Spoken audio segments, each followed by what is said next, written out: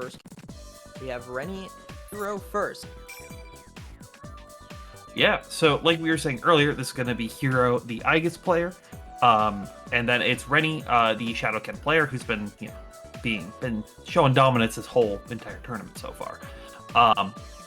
However, versus a lot of the matchups that you've seen Rennie was playing in before, they were playing against people people on characters who didn't have the tools to handle Shadowken very well. I think the one exception to that was when they played Milpy on Shadow Labrys. But Aegis has the tools. They have everything on access to them. But the big thing is if Hero is able to actually land those conversions from those long-range hits to bait out where Rennie wants to be normally pressing things like 236A, 5B, JB, that kind of stuff, and actually converting them into hits, which then reconverting them into mix-up opportunities. But Hero starting off with the aggression right now, but Rennie already checking the air-to-air attempts on the Orgia mode flight. Okay, we're already in mix-up mode, and yeah. And he's going to burst early, doesn't feel for that, I think. Fortunately, with online, it does make it a little bit harder to react to Aegis stuff. So I can definitely get with Rennie's philosophy of just not letting Hero get started at all, and get started with your own stuff. That's also hard. It's definitely something that you'd want to do even in an offline setting. Oh, but sure. Hero doing a really good job right now, just trying to avoid him. Flamespin OMC! Gonna get the extension, turn off Orgia mode, so no super scary mix as you have to let that recharge a bit. But you've seen how much Rennie wants to go for those heals to keep up Koromaru health, and Hero did a really good job punishing it. I do wonder, though, if he didn't go for that heal, would Koromaru even be alive here? Because it looked like he got hit. Unfortunately, it's no consolation when Ken dies, but... Yeah, I mean, I think Koromaru would have died there off that last hit right there in the same situation if that heal hadn't come through. But I really like this decision from Hero, knowing that Rennie likes to prioritize healing Koromaru in those kinds of situations, to be actively punishing him for it. Sure. Watch for the mix-ups here. They're going to come full force here in a second. Just letting Orgia charge a little bit more, trying to keep Rennie locked down until that Orgia is ready, and now it's ready. So we're gonna get some mix. Oh, the burst was such a weird angle, but it gives Rennie the corner positioning that he's looking for. And now he's gonna go to town. Comes the mix-ups, and Hero just not blocking that. Yeah, just tried to mash out of it, but Rennie was too far to get a hit started to allow Hero to get anything happening. Oh! Oh my goodness, using that the grab super right there just to get out of the corner and to not allow Rennie to get any big punishes. And now Hero back to the zoning game, trying to create an opportunity. Nice sweep. Oh, the punish on the whip. And I do like what Hero did there with that super grab, because he was completely burned out of Orgia. He had to wait for it to come back all the way. And this time he's gonna get a nasty clash there with his own AOA on whatever Rennie was trying to do. That was crazy. That was ridiculous. That was insane. Oh my goodness. Hero. The other thing is, Hero's looking calm. You can see sometimes in situations like this where you're playing against somebody who's, can be of a pretty high caliber, that, sometimes players get nervous, they're not going to play as strong, but Hero is staying really calm and, doing a very, very good job of just constantly shutting Rennie down. Yep. And a lot of these times you're going to get into these weird situations. There were so many weird situations, I would say the last 30 seconds of that match, that were handled pretty well by no panic, really. Just did what he thought would work and trusted himself. And I think you have to do that when you're playing characters and players like what's on the screen right now. Good hit right there from Hero, allowing them to now start the mix. Gets the delay hit right there, so it doesn't get the most excellent mix that they're looking for, but does still force Rennie to actually have the normal burst just to try to keep themselves around. Out and back into Orgia mode. You definitely want to get out of that, though, because you are about to burn out, and he's gonna have to deal with it now. He's burned out already. But good DP, just try to get out, try to allow them to start the party, finding these stray hits wherever they can, but the dog missiles coming through and stopping a lot. But Koromaru's dead now, so this could potentially give Hero a chance as Orgia mode's fully recovered. You could say that Koromaru's pretty much Rennie's Orchia mode. He's burned out right now, so he's gonna have to deal with a little bit of the same stuff that he was trying to do to Hero, and Hero's gonna seal that one up after a pretty good air-to-air hit that Rennie just didn't touch. Yeah, Hero doing a really good job. Oh, nice DP to check the dog right there, but Rennie still allowing them to start their turn now. Gets a nice throw and can keep the extension going. What's up? But he just goes for Orgia. He's like, I don't care. I don't think you're gonna do anything. I'm just gonna put myself Orgia, give myself a... Yeah, using the SB Orgia mode starter as well, just to quickly get up and start it as quick as possible, and was able to find the opportunity to recover safely, so it'll recharge at a reasonable speed. And Rennie just finding these opportunities to get hits and roll through DP. Hero has no care. That is such a weird option that really only works if you're expecting them to respect you that much. And it did work because Rennie respected so much that he waited for the roll, was going to try and punish it, and then DP something. So now Rennie is in a really awkward spot where he had to use his own Shadow Friends as a defensive option, just so he can stay in the set. And Hero just gets a random JC clip is going to take the set. Just like being the hero of North America in this storyline right now. A clean 2-0. Yeah.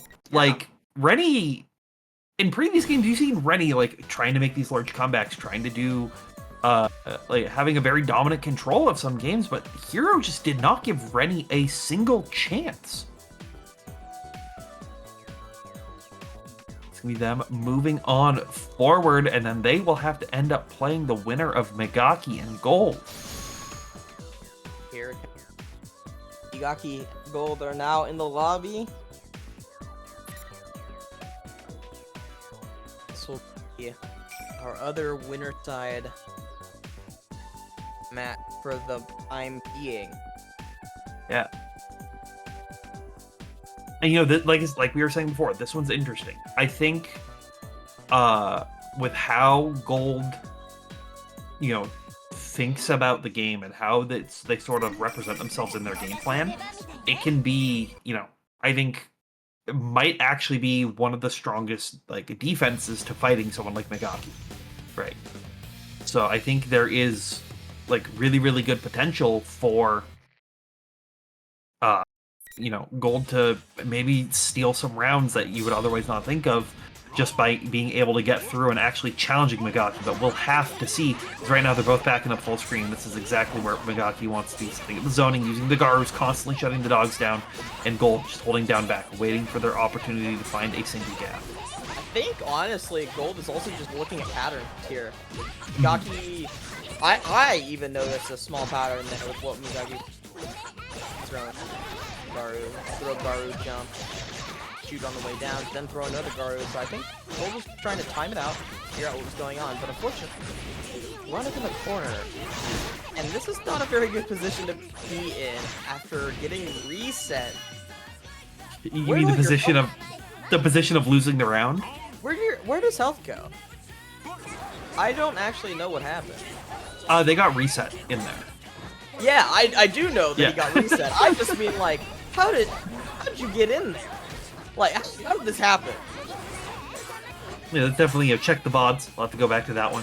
That was you see him full screen for a second, and then all of a sudden now he's stuck in the corner getting reset twice and dying.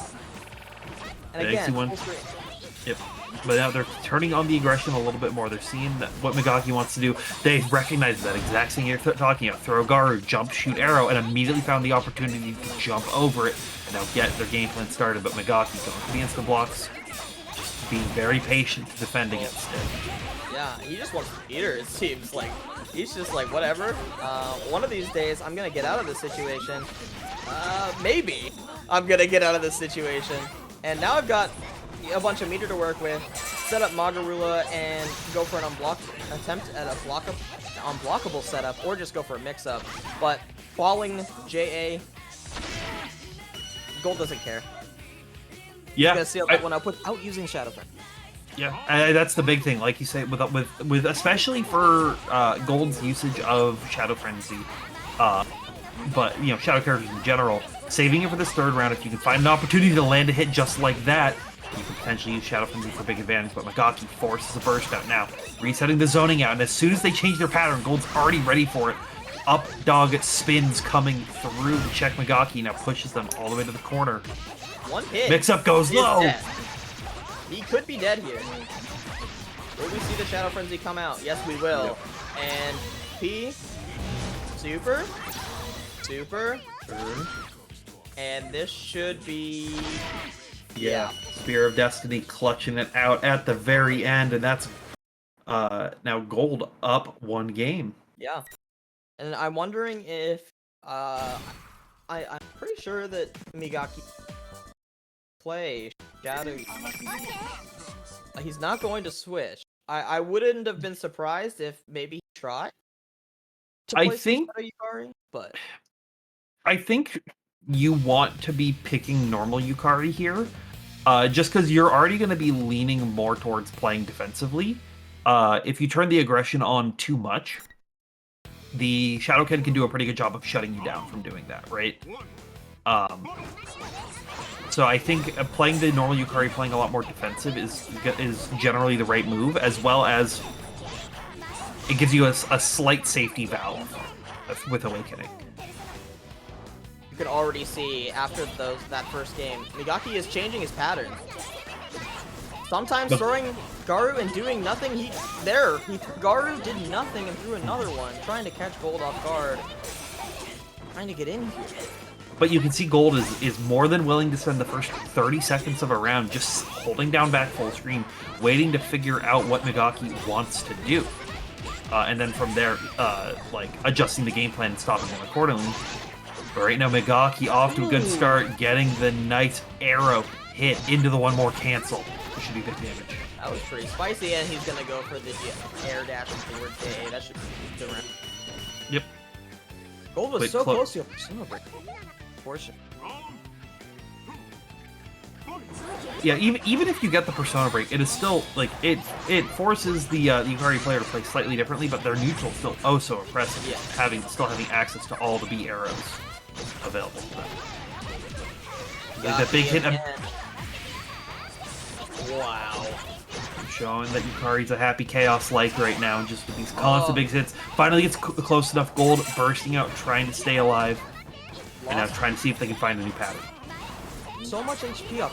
2 hits, 2 confirms, and he's pretty much dead. Dog hit from behind, but wasn't able to find the pickup on it as they weren't fully ready for it. Nice JB once again. The uphill battle. Ah, that DP! Yeah. Just DP as soon as they touch the ground. And, like... It's not an option that he had been using, like, all that much so far in the set, so... Once Gold finally gets in, it's like, surprise, I still have this option that I will present. Exactly, and I think that's a big tool that you're gonna see. You're gonna see Megaki have, not the DP specifically, but just like they've been so limited on what they're actually presenting on screen, and then they're slowly throwing in a new tool every so often to just constantly try to be building that mental stack. And once Gold feels comfortable, like, okay, I know what they're going to do, they're going to be trying to prepare for this, they immediately change it up. Just like this, you can now see they're going for forward jumps after those Garu setups instead of just staying a lot more passively, which is now forcing Gold to be a little bit more active, to be a little bit more responsive. As soon as they switch to that, you're now back to the zoning. I will say the one good thing about all this is at least the Garu doesn't do that much damage for Amaru, but still not too much consolation with getting zoned like this. Oh, an excellent DP out, and had the dog to cover it on the ground as well, but couldn't punish the DP, so now Megaki gets to sit full screen while you're muted. Play oh so carefully. Even with Koromaru able to control some space on the screen, it's still hard to deal with all the arrows from Yukari and raw AoE. I like that. I like that a lot. So they use the they use the raw AoE as the match option because that would armor through dog attempts as well as armor through like a lot of the multi-hit stuff that gold could bring, as well as then immediately OM seeing the hit of it, expecting the burst, and then just hitting them with the reset 5A. Ooh, the anti-air, going all the way to the corner. There's no way you aren't, especially a player as comfortable with this character. And you didn't block the reset.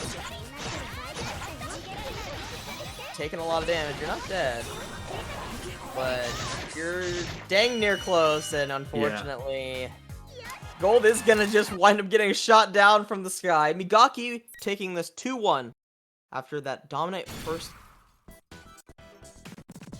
Yeah, I mean, like that's the expected game plan for Migaki, just constantly layering their game plan and changing their options to constantly mess with the opponent, constantly adjust what they want to do, and utilizing that to actually like fully stop Gold in their tracks. After Gold had a very, very good first round, being able to take that first game and like really like put their foot in and say, hey, I can stop you. This is my kind of momentum. They fully adjusted, fully adapted, and were able to close it out. Sure. Now we have Joey, Mighty Joey versus. This will be interesting.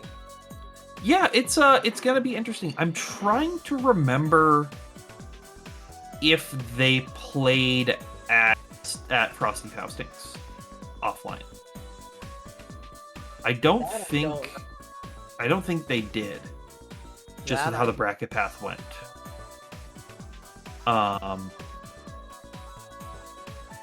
Yeah, no, I don't think they did.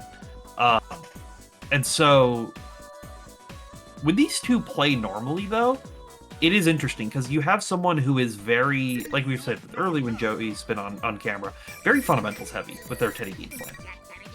And they utilize a lot of them. I don't even have to talk about Liz anymore because NBM's bringing out the Marie. I know NBM has been playing Marie more. They even played it in bracket at Frosty Faustings. And it's a character they're bringing out for matchup specifics, or I think sometimes player specifics, but I think it's more for matchups that Liz can sometimes tentatively struggle in. And Teddy Liz is a matchup that is sometimes a little hard for Liz, like actually. So switching over to the Marie, being able to get something that might be a little bit easier, a little bit more comfortable for naked black man is potentially. I think one of the things that Liz, or that Marie can do over Liz is how much stuff Marie can put on the screen to kind of police the stuff that Teddy wants to put on the screen and wants to do with screen presence. He really likes that airspace, especially when Joey plays.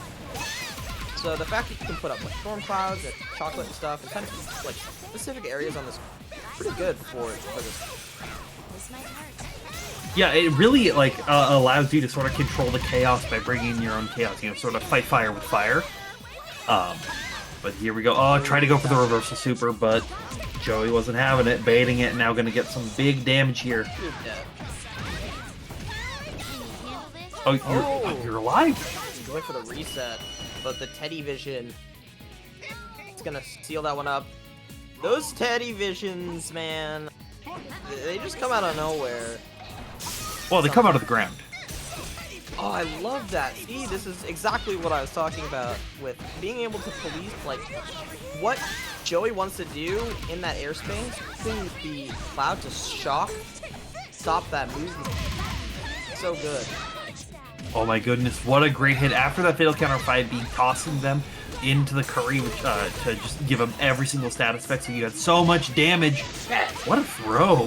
That was so dirty. I love when he does SBD plate, walk forward slightly and throw. That is such a nasty mix-up because he very rarely uses it, but every time he uses it, I cannot tell you a time that it did not work. Yeah, it's one of those that if you show it too much, people will get used to it, but you bring it out every so often and you're good to go. Yeah. It's gonna use that one more burst. Finally, seal that round up. Joey will be up 1-0 over him. Will we see a switchback? No. He just wants to ride this out with me. I respect. Yeah, I think I think keeping on the Marie is probably correct. You know, yeah, you never want to like when you're in a situation like this, when you're someone who is like very much like dual mating characters, you never want to like switch to the other one in a situation where you go behind, because then you'll always be the, well, what if I just stayed? What if I just adapted to the first one? So I think it's a good mindset to just keep with the Marie for right now. All right, DP. Oh no, he went for the throw, expecting Mighty Joey to walk forward slightly, but he didn't do anything, and this time the DP is going to get baited. And there is so much going on the screen right now. Excellent missile at the very end right there, just confirmed, trying to get as much damage as possible in a given situation, knowing that they can't let NBM stay around too long, because then you get in situations like this, chocolate clouds, evil eyes, oh my. Oh, no Persona, but makes NBM burst. Still no Persona. And blocks the reversal super, but wasn't able to punish it. Now NBM resets back out, trying to find an opportunity. Starfall comes through, but the JA hitting right at the tail end of it. That's Joey taking another round. Fortune.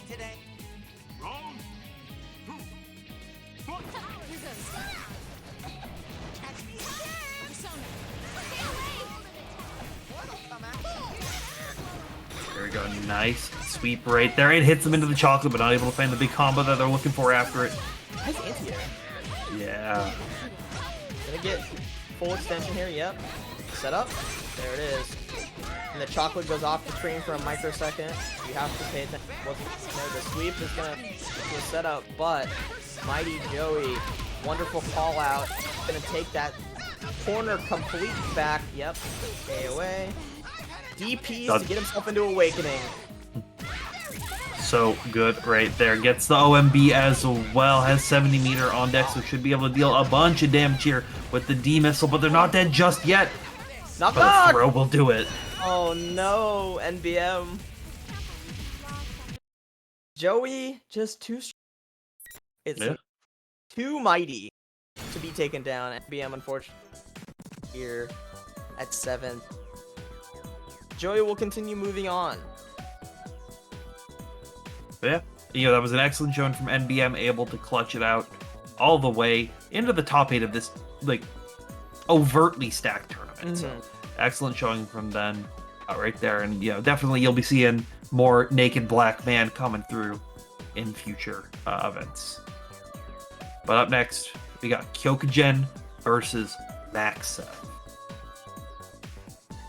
Winner of this will be moving on to fight Rennie. Yes. Joey winner of this.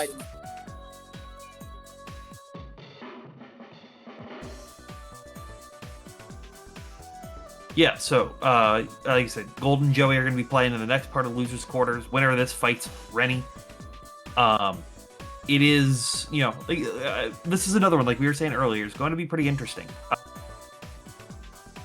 Yeah, it's normally with a character like Shadow Junpei, you want to be a little bit more aggressive. So there's times where you want to be more defensive, times you want to be more aggressive.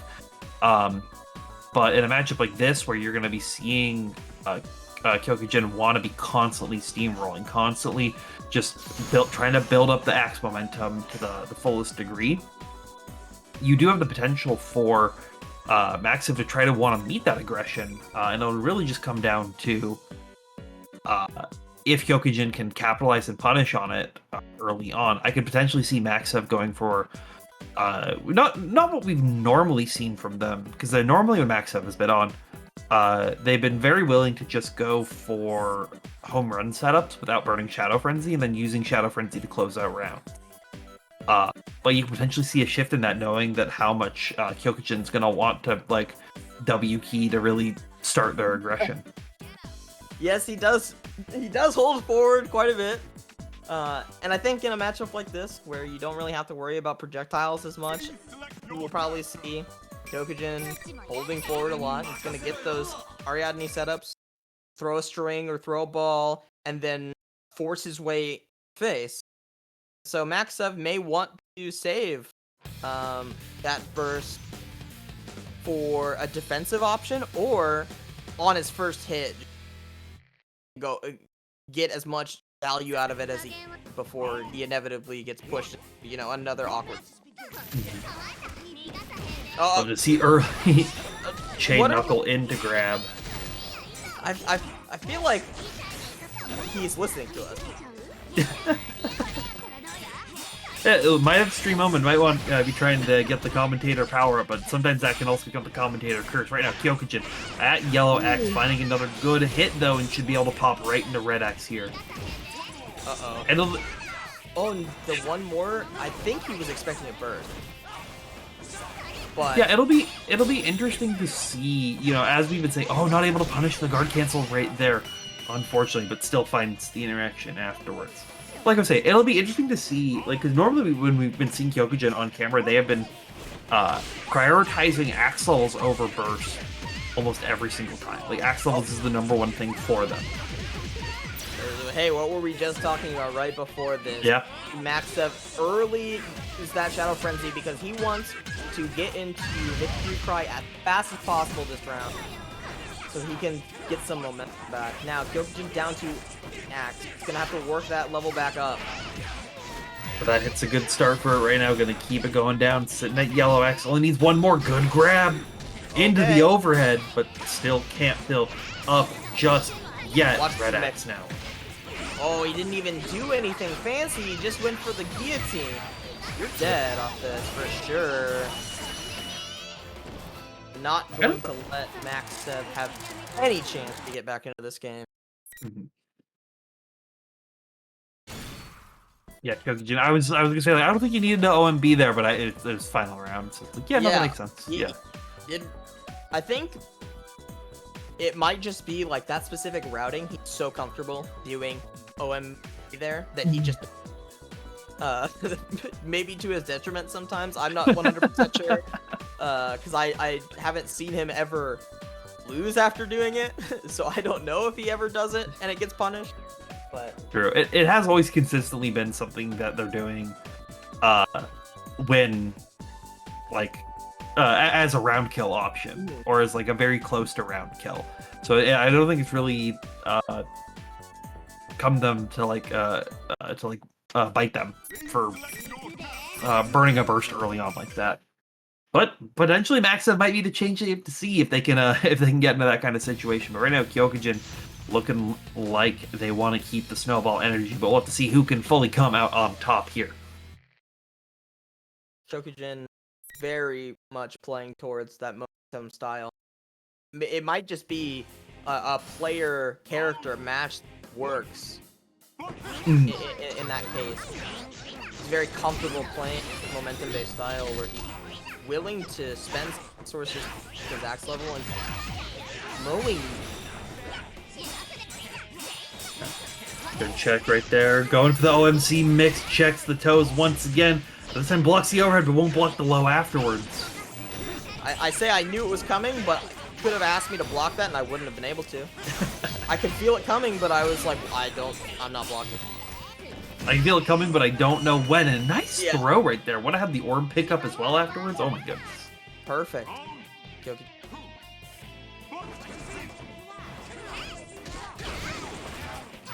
Moves to 2B and turns around those DP. Sets up Ariadne Orb. Now you gotta watch out. Oh, what a clip. Right there. Oh, and baits the throw out. Getting an insane fatal counter right here. Gonna keep it going. OMB once again. Yeah. Ow! Oh my god. That had more damage to do, by the way. Yeah, that just killed it. That killed at 6720. That had more damage to go. That was almost 7k. Oh my god, Kyokujin, they're just steamrolling over Maxev. This is what this is what I'm used to seeing from him. When he gets going, he just steamrolls you for at least the game, if not the entire match. Yeah, I mean that's one of those like player play styles that you find a character that fully functions with that it is, you know, it can really push you forward to another level. All right. And that's also going to be Max Sev out of there at 7th place. But still, excellent showing throughout the entire tournament. Now we should have Gold versus Joey. Yeah, I believe that's what we're gonna be seeing come up here. Looks like Gold in the room already. Gold also asking why this is happening. He is so tired of playing against Joey in bracket.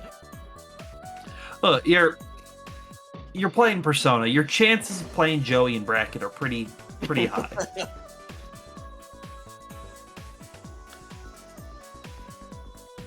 I don't know their full like head-to-head history.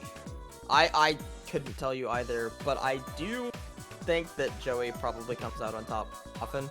With the way that Gold reacted to that, I would assume that means he does not want to fight Joey because he doesn't necessarily have the best record versus. I mean, definitely you have, especially someone like Joey who is very dominant. Like,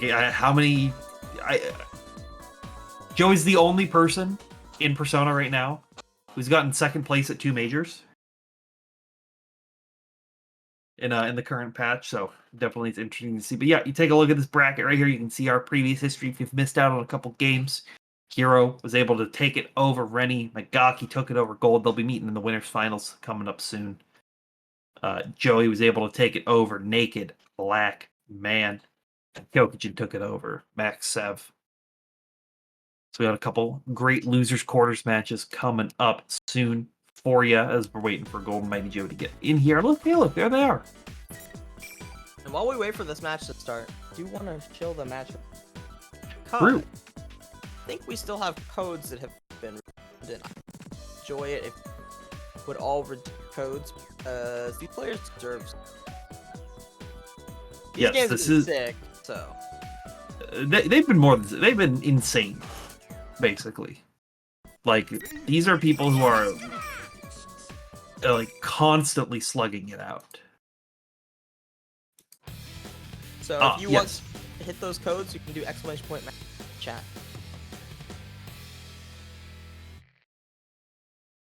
So in bracket, on the head-to-head, just looking it up, it looks like Gold and Joey have played each other 5 times, and Joey has won 3 of those 5 times. So it's even, but it's pretty close. But I think in more recently, you've been seeing Joey take it over.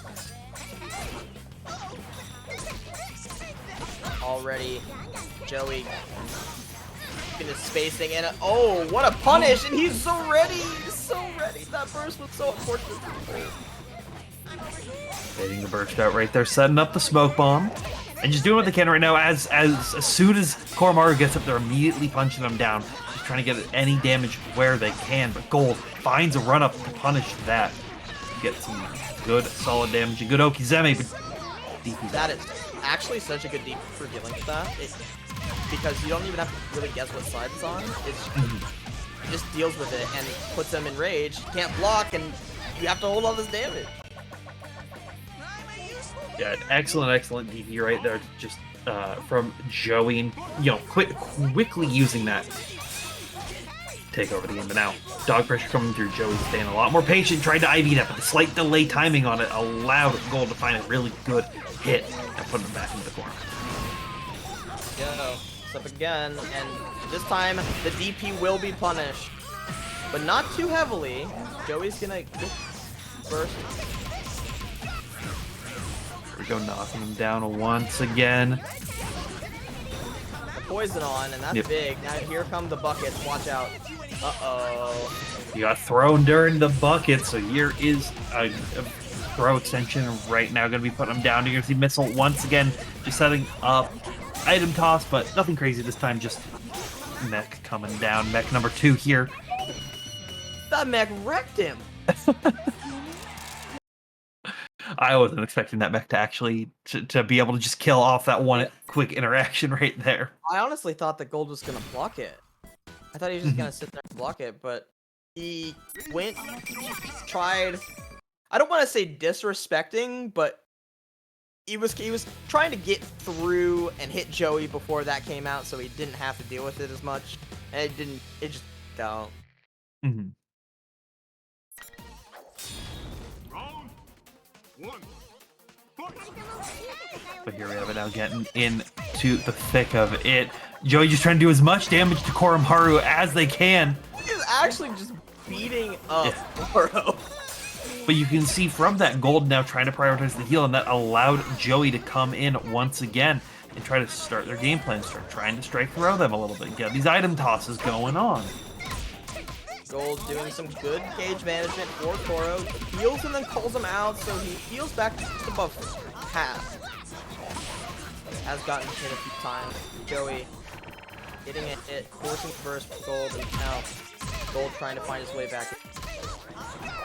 Oh, and the instant IAD back afterwards, knowing that was going, knowing the combo was going to drop there to just cover the forward tech that Gold was trying to do. Mix up. Great roll. Nice card cancel right there. Just get out of there. 5C shuts Koromaru down and doing whatever they can to try to kill him, but Gold able to get the unsummon.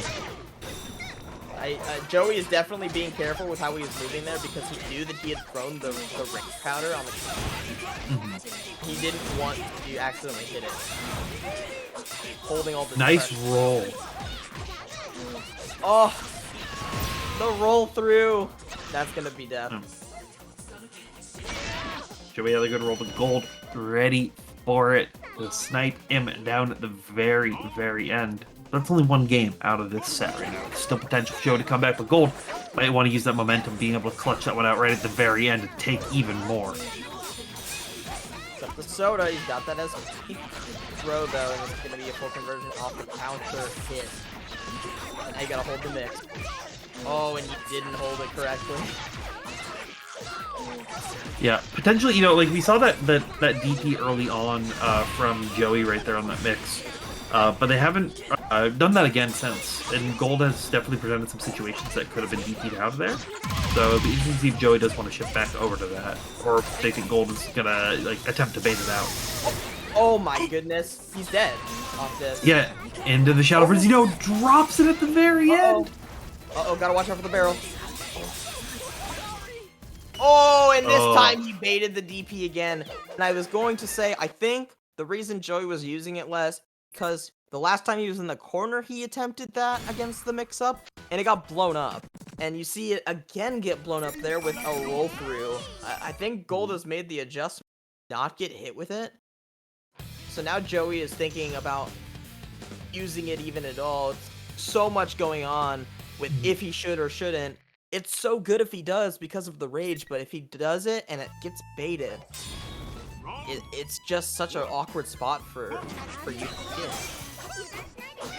Yeah, it was definitely a make or break situation in that last game, so I respect the use of it, but that does make sense. Oh, here we go, counter hit on the 236B right there. I wonder if he was trying to roll and maybe accidentally press button far apart. He got counter hit. Oh my god, Koromaru is just completely stuffing Joey's attempts to get in. Another anti-here from Gold, doing great. And there's the DP again, unfortunately getting baited because Gold didn't commit to an option on Ken specifically.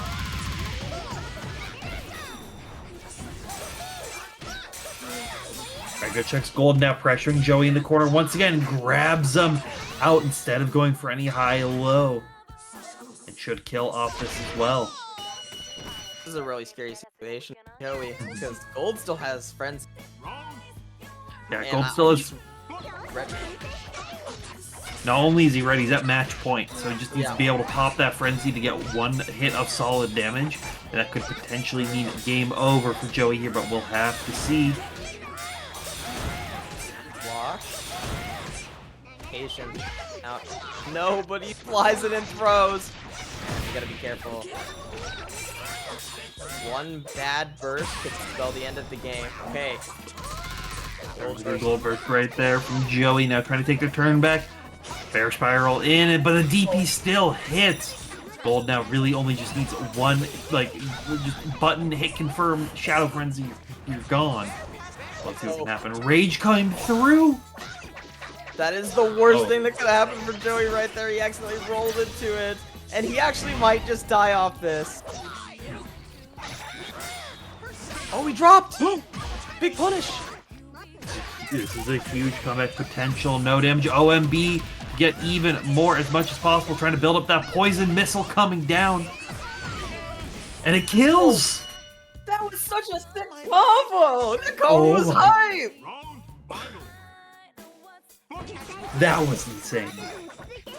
That was crazy. Joey showing that they are ready at a moment's notice to try to make this comeback. Still even hitting the dog during the beginning of that combo now.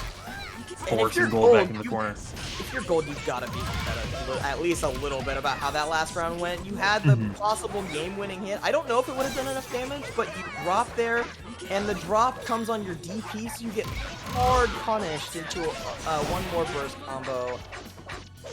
Let's see if he's got the fortitude to reset the mental a little bit here and take this over Joey. Here we go. Oh. Below, there's a lot of meter on deck. He might be able to. Next hit is definitely death. Oh, Yep, that's and it. there's gets the That's it. roll counter hit right there. Quick hit into the Spear of Destiny. No need to worry about a drop. Gold takes it over Joey. Just barely.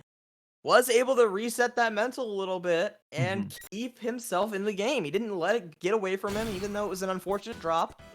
Kept it in the game. And uses meter pretty much perfectly. I mean, like, he didn't have a lot of situations to use the meter, but the way he kept his calm, kept his composure, did his game plan that he knew, and was confident in, allowed him to take that one over Joey. Exactly, yeah. It was definitely like it was the composure right there that from Gold that I think was the real big thing. That really allowed him to take that one because I think your average player, that last drop situation especially would have tilted you beyond belief and potentially could have allowed Joey to take it over. But Gold is simply built different and able to move on forward to the loser semifinals. Sometimes you just gotta put the round in the past, pretend like it didn't even happen, and just play off of what you already got. So, of course, we have Penny versus Kyoko. And now this is gonna be another one, like you saw with Kyokujin Max. Kyokujin was very able to be aggressive and like consistently snowball their pressure, but they're now having to play against a Shadowken who has a lot more options, a lot more tools to try to slow the pace of the game down, and really force Kyokujin not to be as forward moving as they normally are. So it'll be interesting to see. We are rapidly approaching the end of this bracket. Yeah, only a handful of games left potentially, so definitely make sure that if you are in here, you have claimed your Matcherino codes, right? Yeah, You've claimed your Matcherino code, right? please. If you don't, I'll be upset. You don't want to hurt my feelings. That's rude. But now we're gonna get into it here. Rennie versus Kyokujin.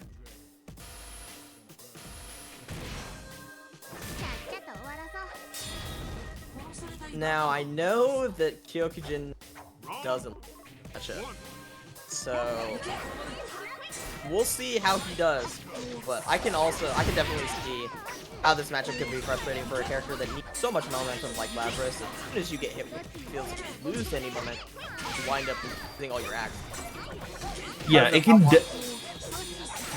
definitely be like an almost reverse snowball effect of what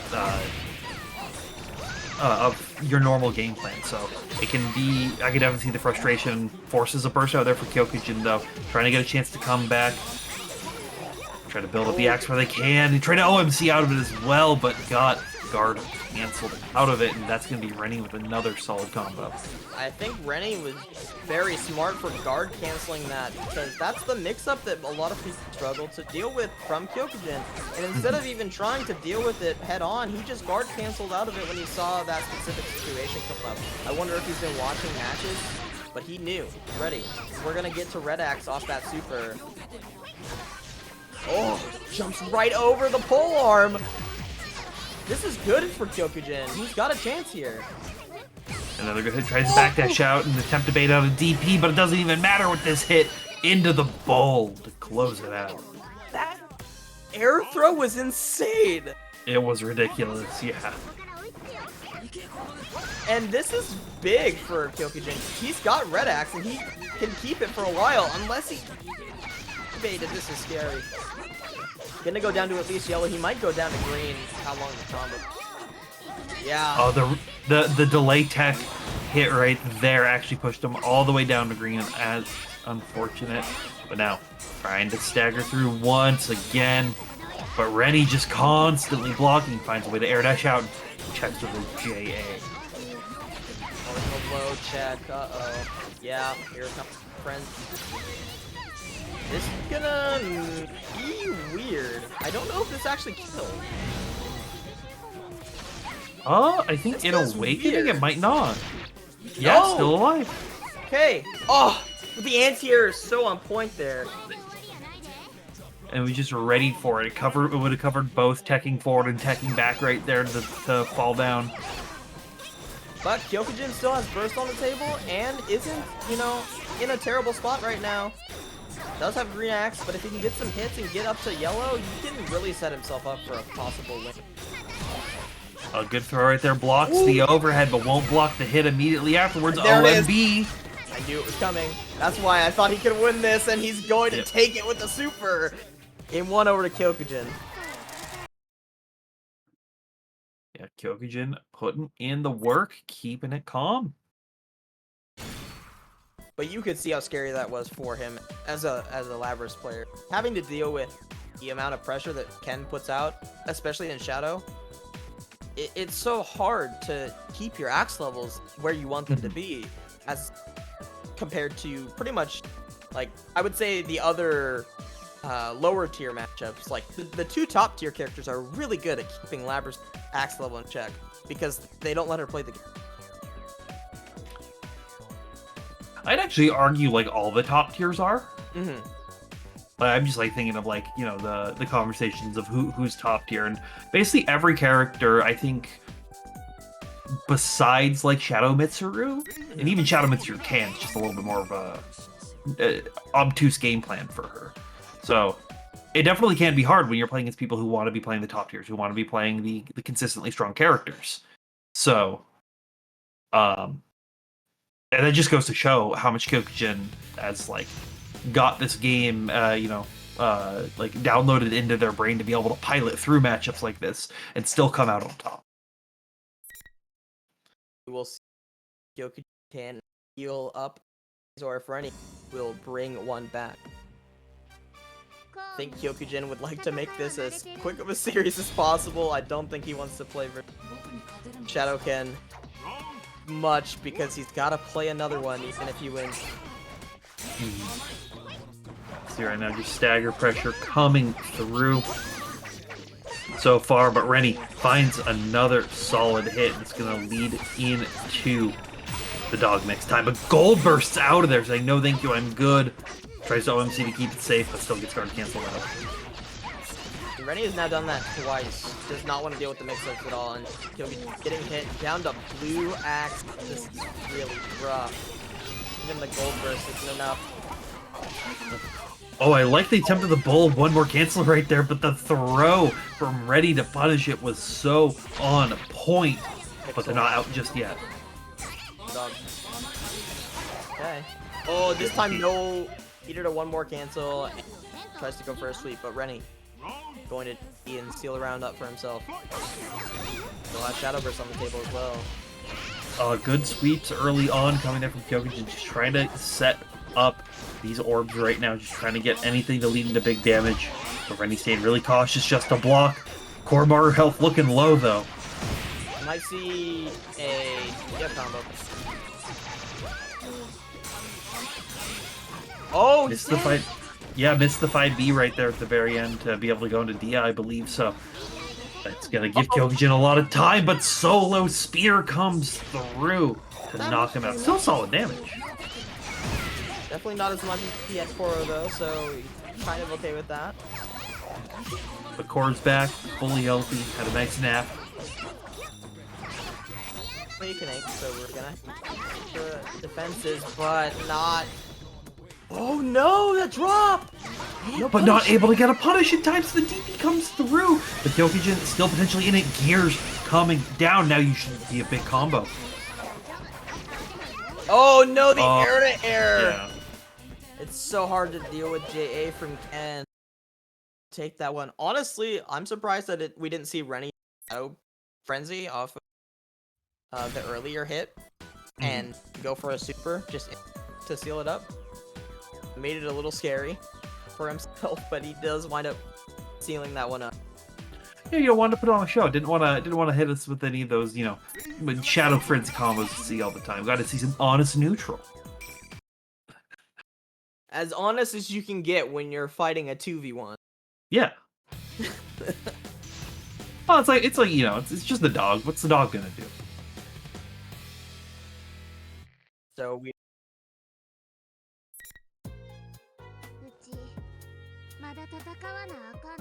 All right, yeah. Getting into our third game here.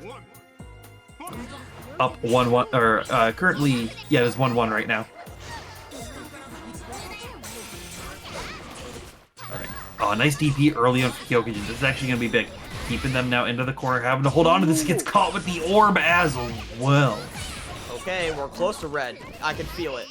Like 1 or 2 more hits. See, and we got red.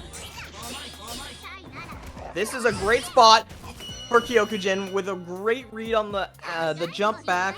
Maybe an OS coming out from Rennie. Gets caught. The throw is going to seal the round. Red Axe on the table for Kyokujin with burst. He's got so much on the table. He's going to use that burst defense once. Gets a nice pickup as well with the guillotine at the very end. Blocks the DP, and this time in range to get a punish. So burst now forced it off for Rennie. Rennie did not want to take all that damage. I knew it. As soon as I saw it, I was expecting maybe Kyokujin to try and bait it. Just went for the full combo. Didn't want to do anything too fancy and try and bait. Get punished for guessing. Creates so much space. Yeah, nice pickup. Oh, OMC to keep it safe right there. Now gets the DX healing up on the dog as well. This is big damage. Hopefully this kills though. I think you're. Yeah. I'm sorry, Kyokujin. That's my fault. You died because of me. It wouldn't have killed if I didn't say that. Round final. And unfortunately, all the way back down to Green Axe now with no burst on the table. What a swing we saw between the rounds. Yeah. And now you can see just Rennie doing a really good job constantly poking Kyokujin. There's been no combo done so far, but that's already a good chunk of health already gone. Just constantly getting hit by the dog, getting hit by a JA. And now Rennie playing really defensive, just blocking the pressure, gets the overhead set, but gets caught by the JB. We're up to yellow again. Oh, Ariadne set. Possibly saving Kyokujin from getting punished. Probably why he did that option. Burst again forced from Rennie, so no Shadow Frenzy is going to be on the table for the rest of this match. Can he close it out without that, or can Kyokujin find a way back? And gonna spot. Gets the overhead hit right there, but wasn't able to actually get a full conversion off it, so that allowed Kyokujin to DP out. Force burst from Kyokujin as well. Red forces ready to block, and again hitting the dog. We are set up now. Oh, guard cancel is good. But the mix-up is better, and you might see a possible... Oh, here comes the mix. No, oh, found the hit, but still techs out of it. Gets a reset on the SP Guillotine, kills the dog, but you're gonna get punished for it, but it misses. Oh my goodness, Kyokujin in a scramble situation. The entire production was speechless. But Kyokujin defeats Rennie at the very end to move on forward to loser semis. Oh my goodness.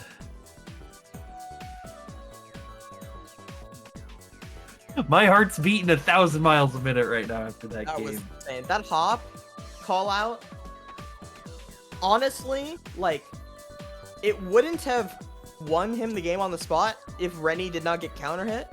It would have been an absolute insane finish. But the fact that Rennie had pressed a button there trying to stop thing, and the counter hit comes through that allows Kyokujin to land off the hop and finish the conversion. It was so well timed. It jump scared me. I would not have expected that to be the option he went for in a situation like that. I don't think any of us were. I'm gonna be real. I think I think even internally Kyokujin wasn't even ready for their own option. That's but crazy. there we see Kyokujin taking it over Rennie to move on over to the loser semis. So we only got a couple games left, folks. And I take that match arena. We got 32 codes left, so you better be claiming those. But more importantly, our games that are going to be upcoming are going to be Hero and Magaki on the winner's side. That doesn't matter. You know what matters? Vortex Gallery matters. So thank you all for coming through to these events that we've been running over the past few weeks. We've only got a couple matches left for this one. But please, check out the other ones that are happening on tomorrow. You can check that all out on vortexgallery.moe. Check out all the events that previously happened if there's matches you missed. If you're a Persona fan and you missed the first Persona tournament we did, go watch that one. That's the NAEU PC one. It was fantastic. So please. And there's also the Australia one. And speaking of things that you may have missed, if you missed any of those previous tournaments, you probably missed their match arenas.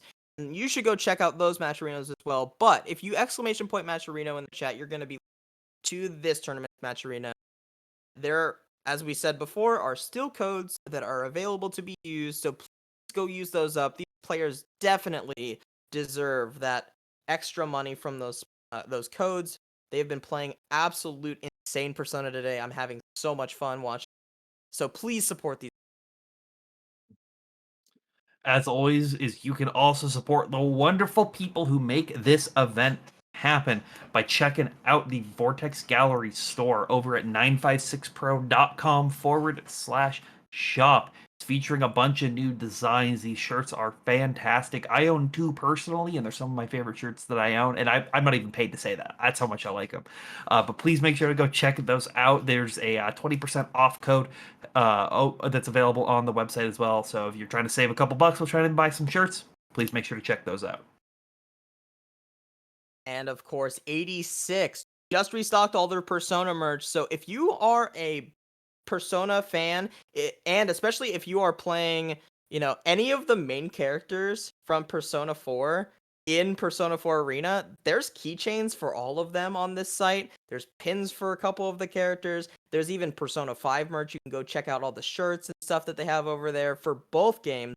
And if you are interested in doing that, I know you don't lie.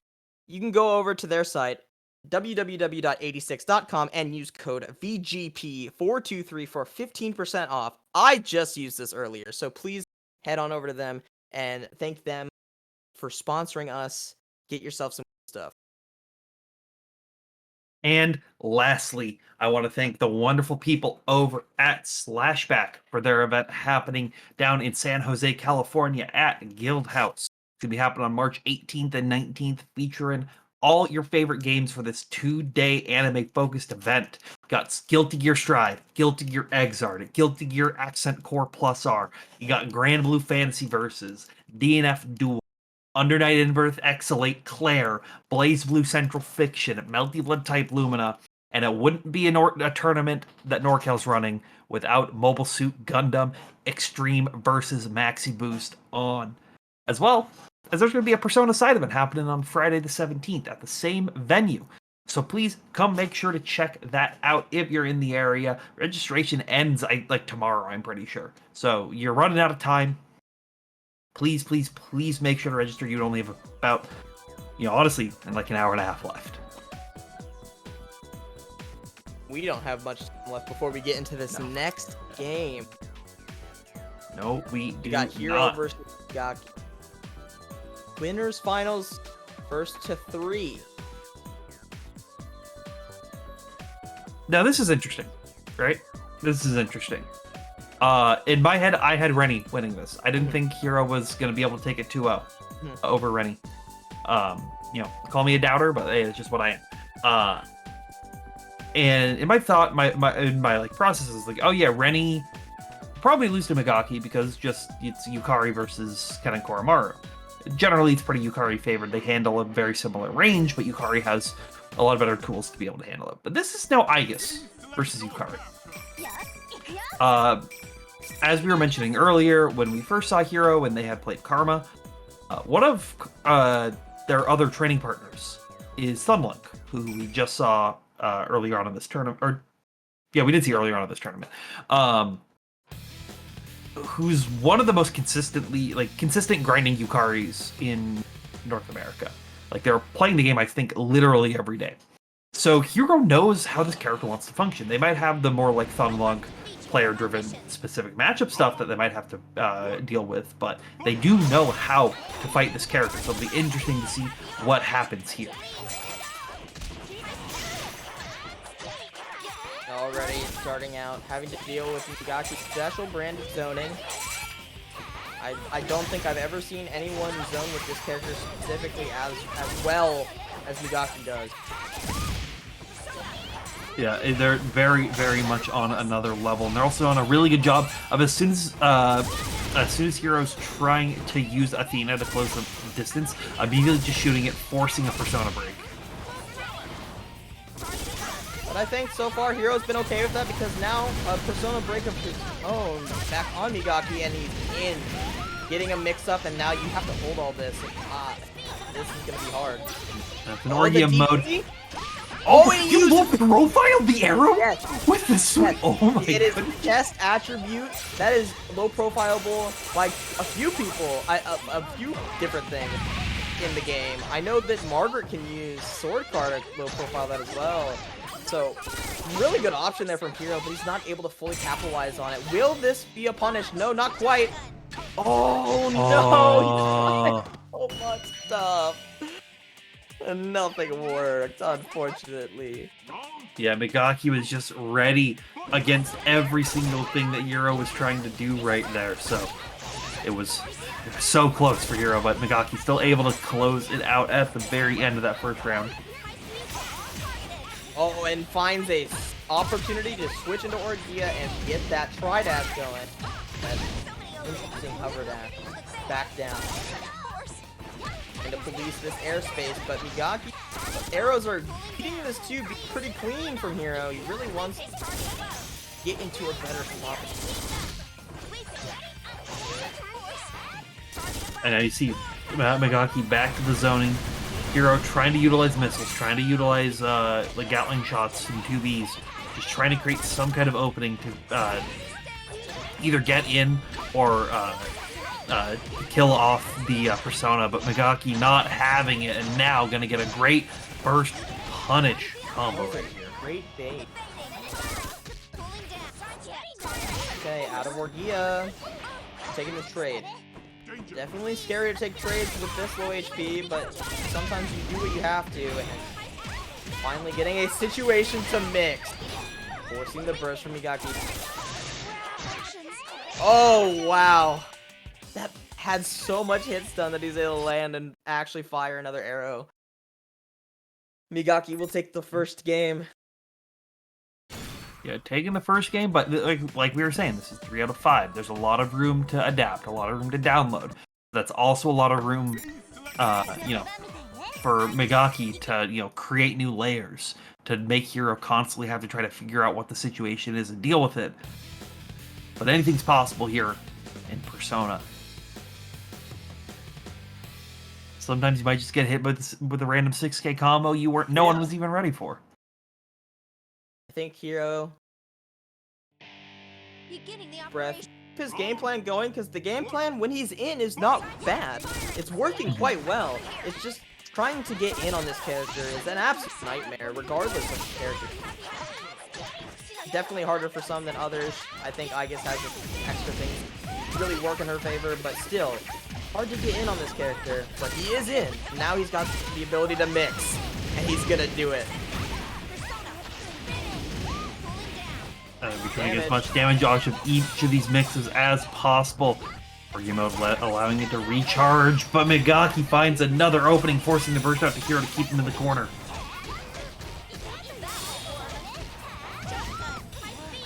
Oh, good DP. Oh, what a air dash. Just Hero able to find all these stray hits towards the very end, forcing these scramble situations, creating mix-up opportunities. hey, fast. Playing very patient, does not want random damage. I think that the most difficult thing to deal with versus Kari is just those random hits. Minimizing it is so important, but still. Oh, that's gonna hit because she's in the air! Yeah, got him hit with the hero special, using that as the reversal super in the air, but now gets for the mix opportunity. Ooh. Checks into Orgia mode, trying to send out an Athena to close something out, but can't create any major opportunities so far. Good DP on the AoE. Here we go.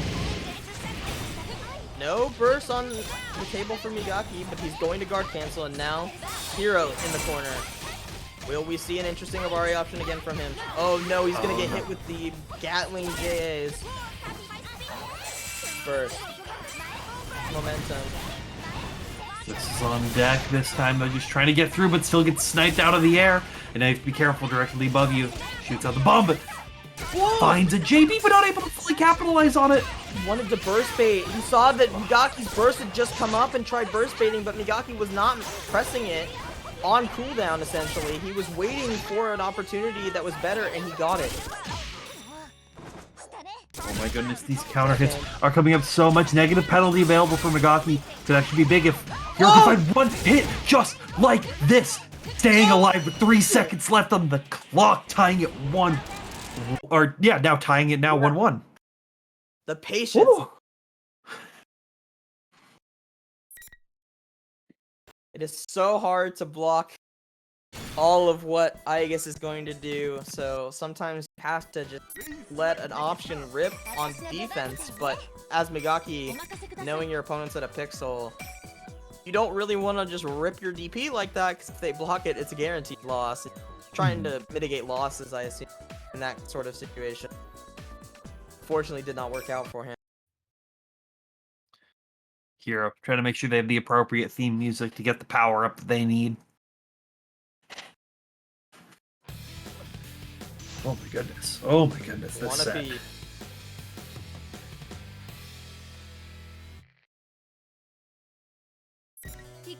Round 1. Well, as if it keeps going like this could be potentially going the distance. Moreno, Migaki getting an early start into the gameplay that they're looking for, but Hero finds a great hit now. Mix up time, but DP's out of it. Time letting that option be known, putting that in the back of Hero's deal with around.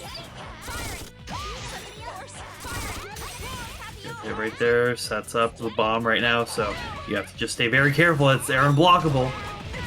Oh, AOA. Now, and honestly, Migaki wants that. He wanted you to burst because now you're full screen, but Hero, regardless of what Migaki wants, is gonna push himself back into the driver's seat. He whiffs, but it's gonna go again! Oh, OMC on to the EX arrow right there. And yeah, we're gonna get sniped by Magarda once again. I think Hero wanted to maneuver around and try to get to a spot where he could get out of Orgia because he's about to run out. Hit by something. Got hit by an arrow into Magarla and Oh, good AOA right there. Once again, Migaki making these overheads do work. gas all the way down. We should get 5 JAs off that. I don't think he gets anything BS, honestly. What I do know is Hero was able to find a mix and another one off it with Orgia mode as well. One more DP gets punished. Oh, but not able to keep the combo going at the very end. So Hero needs one more hit just like that. Forces burst out for Migaki. Magarla, oh, he just guard cancels off. Very good choice. Smart. And gets put into Awakening by Migaki, chipping him. I think that's actually better for Hero than you expect. And Hero keeping it around right there. Final. finding these exact opportunities where Megaki is slipping, just trying to control the space and threading the needle, coming in hot with those JBs. But now Megaki, once again, playing more defensive on the zoning. Just constantly chipping Hero out with all these buttons. Oh my god, the carry on that. That was absolutely insane that you got that many arrows to carry all the way. Hero wants to get in. This time, that was such a smart option, but Megaki is just a little bit faster on the trigger and uses the one more cancel to stop himself from getting punished. Yeah, so smart on Megaki right there, just showing how they're ready for it, but the JB's working out so well for Hero here. I gotta mix up once again. It's an option. Not at this range, though. Athena Spear hitting them out. So now keep Megaki in the corner, but they find this big pickup. So now Hero has to be very careful. Oh no, the clip. Yeah, one touch. Just rough. One touch just like that, allowing Megaki to now bring it up 2-1 into their favor. But Hero's not out of it just yet. As we've been seeing, these games are going to the wire.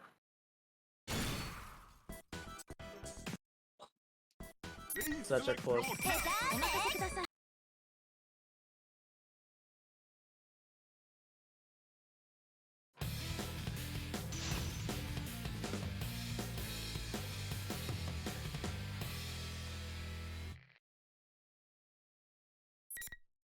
Again, Megaki only needs 2 more games. Hero needs 4 out of this to be able to come through. But it is anyone's game still at this point.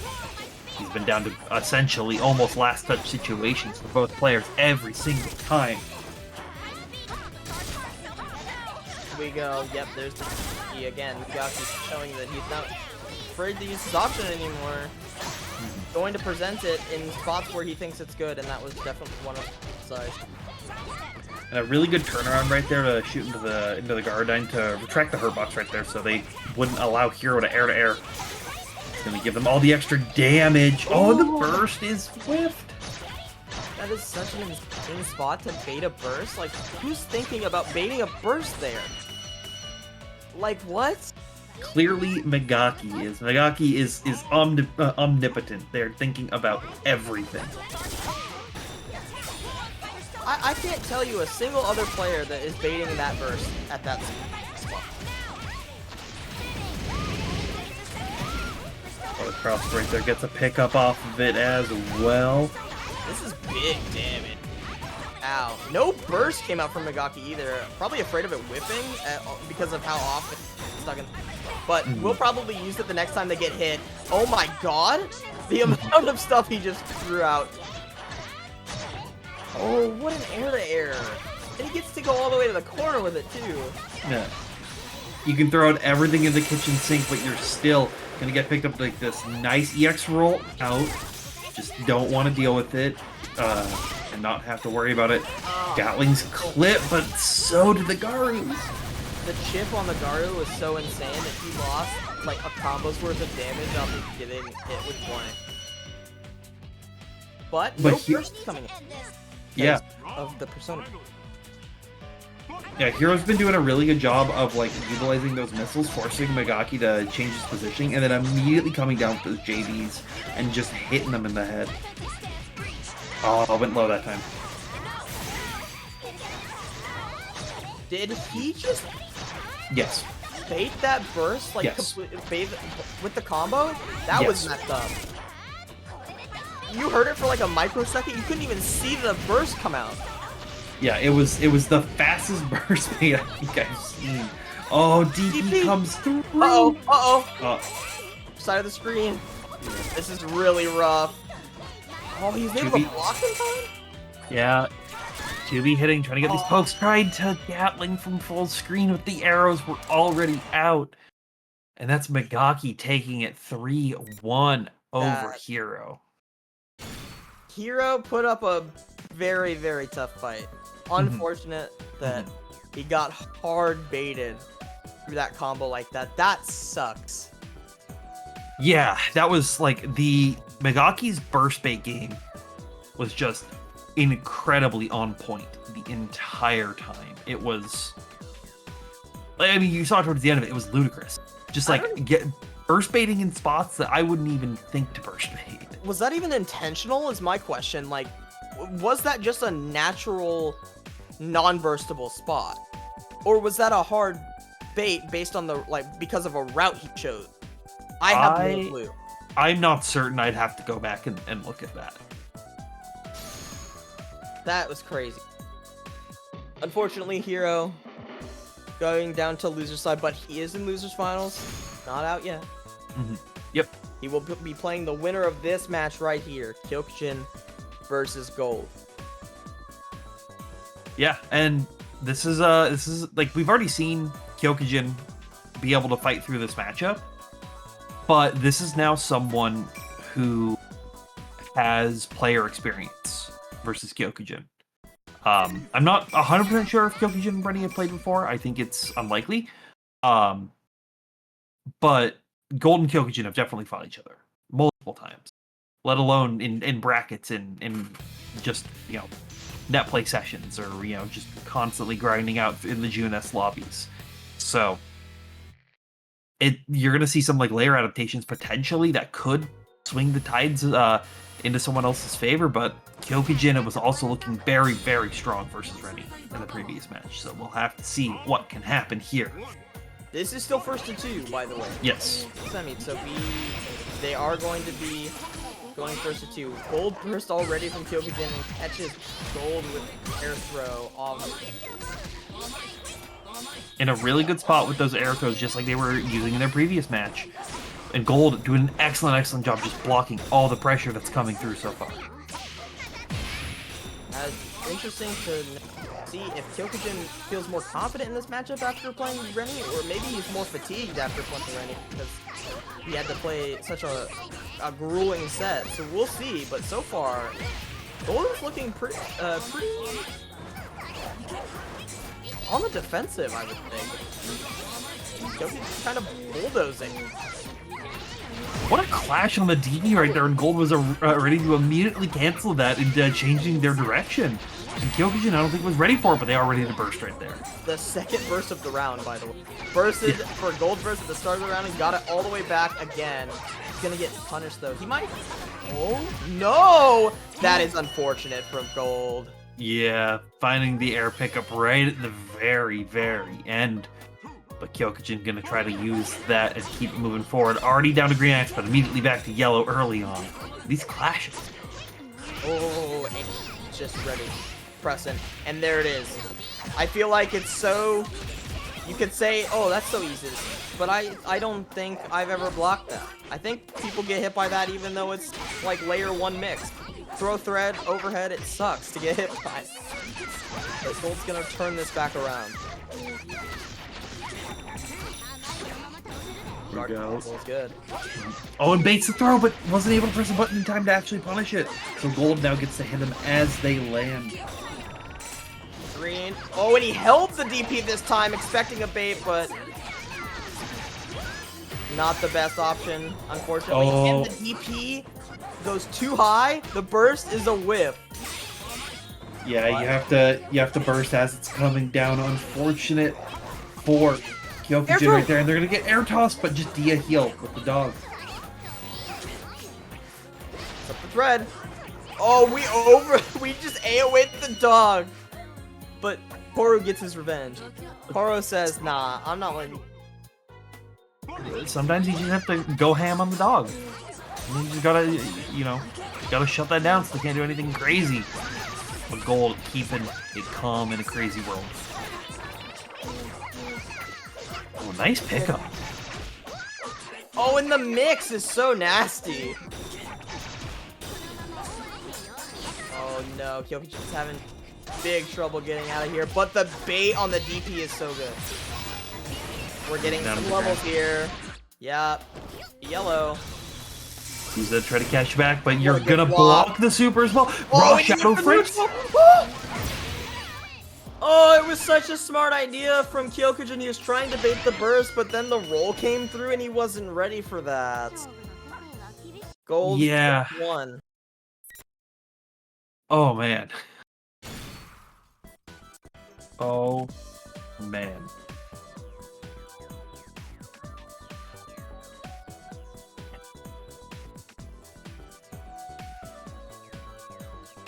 That was just it's these endings with Kyokujin. They constantly get thrown into these scramble situations. They've normally been so on point with them and like being able to like use that to their advantage, but Gold has been consistently showing that they're like able to quickly stop down the scrambles and turn them into their favor. Kyokujin time. Resetting a little bit. Yeah, sometimes, especially after a match like that, you just gotta, let it breathe. You have to, relax, take your 60 seconds.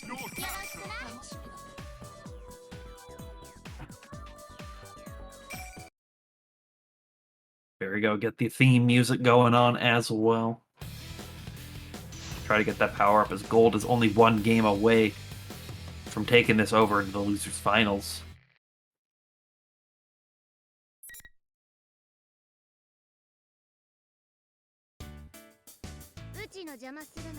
Round 1.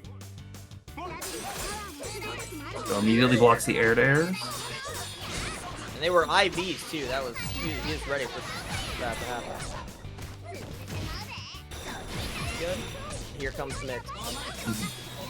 They're doing a solid throw into the overhead, but now setting up SB overhead into chain knuckle into throws. There's been zero combos so far, and Gold's already almost dead.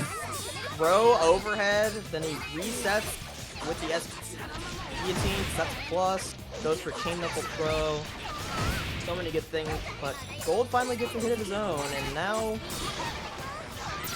Oh, the DP on the DP! We're gonna get some good damage here. And the frenzy. You're dead.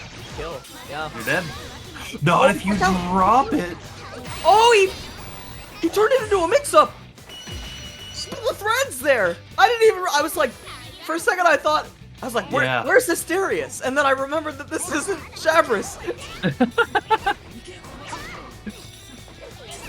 Kyokujin's just been dealing so much damage you thought it was.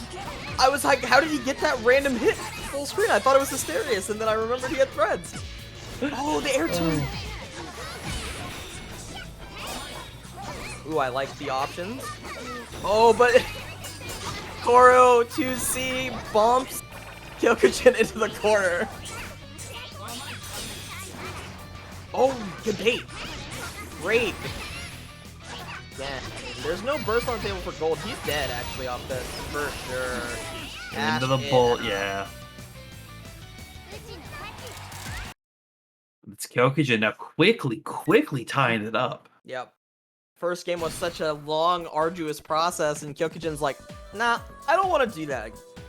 And just bulldozes out an entire...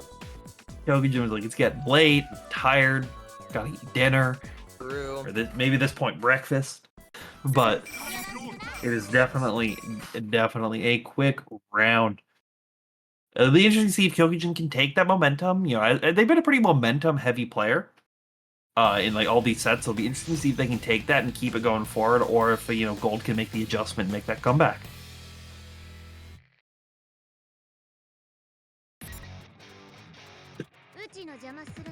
Round 1. Starting out already, baby. Chase the air. Gold. And again, we're going for the mix-up. We're just doing layer 1, layer 2 stuff. As much damage as we can pick up before we gotta go. We've already killed the dog, so... Yeah, and I think that's the really important thing, because it forces you, the Ken player, to slow down a lot when they don't have access to the dog to cover a lot of their options. Dog back up, but it's not going to matter when you get grabbed and then into the orb. And no burst coming out from Gold. Really wants to save that for a Shadow Friend. For a round, or game set lose position. But being there. Yeah, and it's being your last tournament life as well. It is oh so risky. But you see blocking the mix-up right now on the dog pressure. Good insta blocks. Get out of it. Nice roll, but still not your turn, but this DP will make it. Throws out.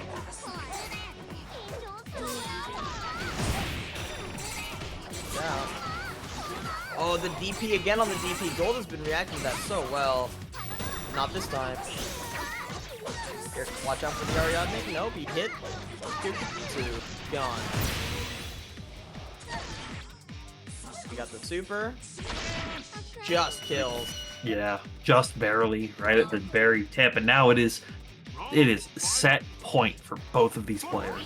They both have bursts on the table, but Kyokujin doesn't act. Gotta get something started, and that's a start.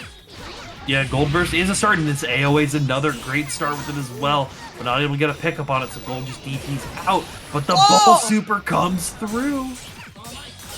Turn setting it up. Oh, he tried baiting that for sure. The dog. The roll through the super right there, but not able to get a big pickup. And this is Kyokujin finding reset. Oh my god, the throw, you're dead. And the throw is going to seal it up. Kyokujin doesn't even need Red Axe. He only gets it at the end of the game. It shows how strong they are to not even need a Red Axe to close that one out. Taking it 2-1 over Gold. And now, Kyokujin has to fight Hero in our losers finals. Kyokujin versus Hero, the next match, and this will be first to 3. Winner goes to Grands fight Gaki.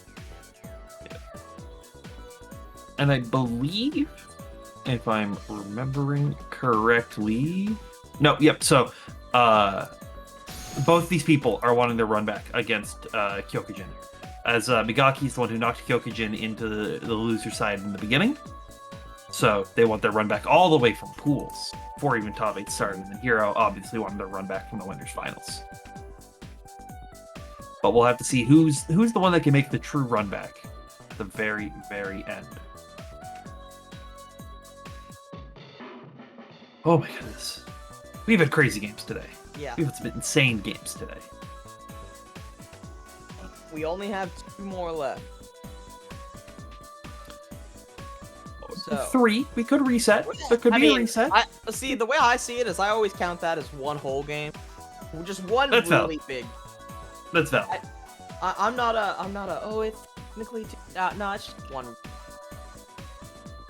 Not hitting them with the nerd emoji, it's actually 3. Yeah, no, I'll push up my glasses, but only because they're falling off my face. So, we are just waiting for the go, but while we're waiting, let's check that match arena one more time. If you would please make sure that those codes are used up for these players so they can get the max payout. It's been some great games. Well, They this is deserve it. It is a free $25 that can be added to the prize pot for this event. There's already 250 in there, graciously from Osagure. But there are still more potential, that can be given to these players for all the hard work, for all the long nights that they're doing to put into work for an event like this. So please, make sure to check out the Match Arena, support it. It's only a couple clicks. And here comes losers finals match. We've got Kyokujin versus Hero. We've got the 2 anti-shadow weapons fighting each other for this losers final. You know I love me some lore, so I'm excited. Oh wow, what a start from Kyokujin, just swinging already. Yeah, they've been seeing the Hero go for a lot of these Avare options consistently throughout the previous matches and sets. So if they were paying attention, they know to just constantly start meeting them early on, and it's going to be very effective. Ow. Ow, ow, ow. You do not want to be in that position to start the game. You gave Kyokujin Red Axe on a perfect. Yeah. We already and a know gold that burst yeah. Oh my god, we already know that he's momentum based. This is really scary. Yeah, but Hero, you gotta burst. You gotta get yourself started here, because if you let him keep going, you're not going to last very long. Oh my goodness, the counter hit on the JB, or the 5B right there. Just barely hitting immediately, picking it up as well. For sure. That's not even close. No. There's no world where you're not dead with at 10% HP and a elaborate super with Red Axe comes out. Like, Kyokujin's like trying to make up those few minutes that we lost at the beginning of the stream with how fast he's playing the game. yeah, Like actually just speed running right now. yeah. That was Please select your attack. Look, sometimes you just need to play a little bit of Speed Sona.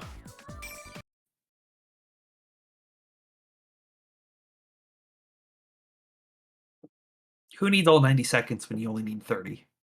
that's pretty much what it felt like. He just flew through those really quick. Yeah, it'll be interesting to see if Hero can like readapt and like, you know, play more cautiously on like, because you saw like in that first game especially, it was every single wake up was a counter hit. We're gonna have to see some blocks, perhaps. Would you say they should just block? But Perhaps. early burst started there for Kyokujin. This time you see Hero playing a little more defensively, trying to get something with an air turn, but Kyokujin already ready to air to air That was those. so much there from Kyokujin. He just kind of sat there and watched it. What in the world? He rolled that? He was so ready for a DP there. Yeah, Hero, you gotta be careful with your DPs against this man. Or maybe not. Maybe you could just DP him again, and you'll actually hit it and get the corner. Don't listen. Yeah, and now dealing some excellent damage off that and putting him in the mix once again, finds a hit but not able to fully tech him out, and Kyokujin will hit him while falling. You're dead. You're 150 meter, you're dead. Oh, what? Yeah. Oh, the style points. Actually, I don't think that first bowl would have killed there. Yeah, not that super. But wondering if he had done a different super, he probably could have just killed without. He just wanted to do that. I'm pretty sure. It was really cool. It was cool. Oh, I am so impressed by Kyokujin's awareness there. A lot of people would just sit there and try and block that Magneto fire, and it would go over them, and they would get hit. But he's just like, nah, I'm just gonna run under this and not even deal with it. Oh my goodness. Yeah, I mean, the not even deal with this is exactly what Kyokujin has basically been doing this entire set, getting another gold burst and another, like, super excellent punish immediately afterwards. You get hit again with Labrys and Red Axe, I think the game. Oh, we're setting up Pierce. Oh, guard cancel, but that doesn't work because it's so active. Yeah, you have to do it so late into the gears. There's another thread, but missiles take him back just enough to not get hit by that. Now he's got to watch out for the mix-ups. Oh, so do you, Kyokujin. Oh, JB hit but wasn't able to create anything off That of might it be since it. gives Hero a kill. Yeah. Is able to seal up that round. A little scrambly at the end, but the confirm is good. First back for Kyokujin though, and no, Kyokujin really likes to use this burst to seal up rounds, so if you get low, he's going to one more burst to you. You're going to probably die, so you gotta make sure he can't do it like that. You gotta make it. Oh, nice mix. He tries to gold burst again. Hey, it's plus But though. Hero, yeah, it is plus, but Hero didn't give him the meter, which I think is also very, very important. I mean, you're building it anyways off this combo, Are you- so maybe it doesn't even matter. Yeah, burst. If he had not gotten burst then, he actually probably died. Yeah. So it's good that he got burst there. Now in Awakening and has a lot of opportunities. So watch the mix. Here's coming through, just staying in the air to avoid them. Oh, the thread hits from so far! Yeah, SB thread, and then it also hit the DP at the end. New! Again! Yeah, He's like, just- he just knows that Hero wants to be in these uncomfortable situations. It's just that expert level Yomi happening at the very end right there. Kyokujin always being ready for whatever Hero can bring. And what's the real downside there if he does that? If he commits to the roll, the thread still comes out. If he doesn't do the DP, you still have pressure because he just blocked it. The downside is you lost 25 meter. Oh no! Yeah, exactly. You watch is how it feels. So for Kyokujin, he's just like, I'm gonna set this up.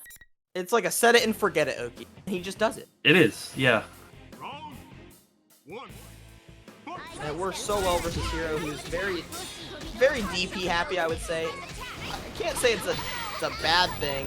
on, I guess, because it puts her in and out of Orgia. So sometimes you have to be very careful with how you do it. So the fact that it reels her back as well, I think is like a big thing that, you know, sometimes you just forget about.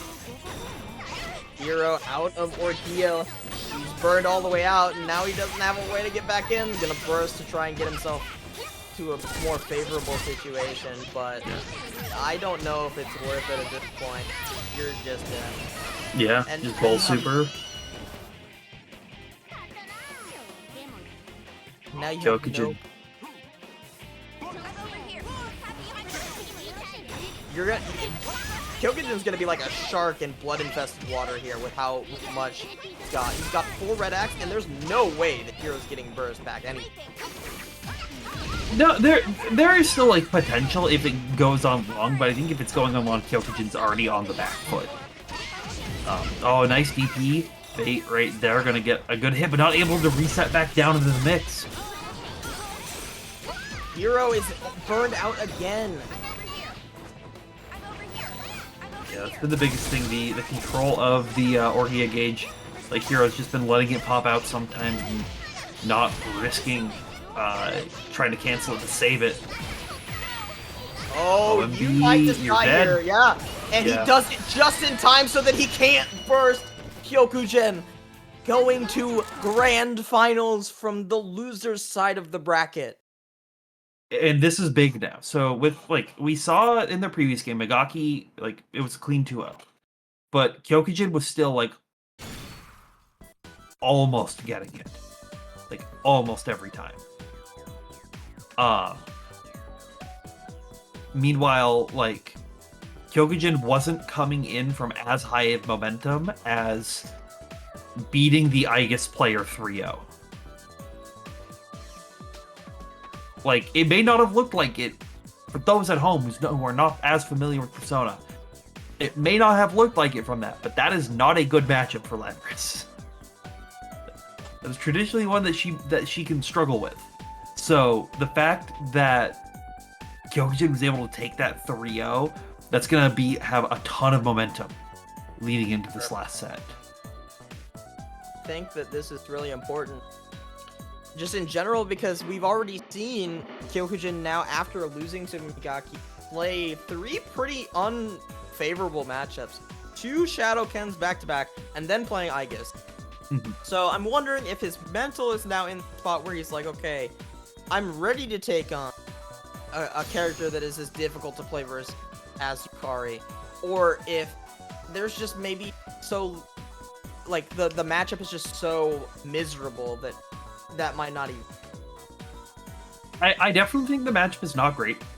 I definitely think you're also playing against a literal demon in the form of Megaki, like an incredibly strong player. So it'll be interesting to see. I think Kyokujin's headspace is definitely in a better spot after, as you see this path from losers, Maxev, Rennie, Gold, and then Hero, like, all taking these games, and you know, not only are some of these matchups, but some of these player matchups even are generally tough for, like, Kyokujin Maxev. Like, it was Kyokujin won it, but it was always close. It was always could have just quickly turned into Maxev's favor at any given time if Kyokujin wasn't on point from the get-go. So it'll be interesting. It'll be really interesting to see what happens here in our final set of the night. Oh my goodness.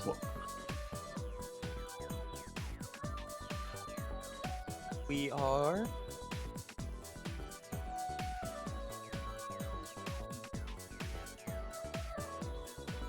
We're just waiting for the players to get through. Once again, as we're waiting for them, there's 28 codes left. What are y'all doing? Come on. Come on. Look at me. Look at me. Come on. And just a quick shout out as the players are getting ready once again to our sponsors. 956 for everything they do. 86 for all that 66 merch they have. And then Slashback for being a wonderful event that I can't wait to be at in a couple weeks. So the players are in, characters have been selected, stage and music have been loaded. The curtain draws soon as we get into this. Labris, the Shadow Slayer, versus Yukari, the demon to fight. Round 1. How Gyokujin wants to deal with this. He's gonna meet Migaki already air to air. This is scary. Oh, nice toss. The air throw is clean from Migaki, but winds up back in the corner, and I think Gyokujin's got what he wants out of this, to be completely honest with you. Yeah, I mean, you have Migaki in the corner. It's definitely a good situation. Yeah, forcing a burst off that as well, and gets a nice DP punish. And the fact that he got that burst out already means that this is gonna do way more than just, you know, be a reset. That punish actually wins him the round because of that burst that he'd already essentially cashed out on. Yeah, being able to like get that burst super early, and then the quick mix-up right there. That they haven't been showing that mix a lot this set as well. So trying to bring in this new tech versus Migaki. We'll see if Migaki now. Oh wow. Yeah. We'll see if Migaki was maybe watching like the Renny. Notice the way that Renny was guard canceling first. Might see some of that, but he's playing like he might not get it. Yeah, it'll be interesting to hear that. Oh, SB Orb able to actually come out, so we'll be able to see it forcing Migaki into these skies once again. Gyokujin playing oh so patiently, tries to check with the JB and finds a great hit, but doesn't have the meter to get a big cash out. So this is an uphill battle, but a DP punish is a good start. Watch the burst. Yeah, there's the guard. Now you gotta watch for a mix-up and gotta work your way back in, unfortunately. Why does her air dash back go so? They're gonna just zoning out, trying to block these arrows wherever they can, being oh so careful, breaking the persona where they can, but a JB hitting right at the very end. Time he lived on a pixel though is kind of impressive. Yeah.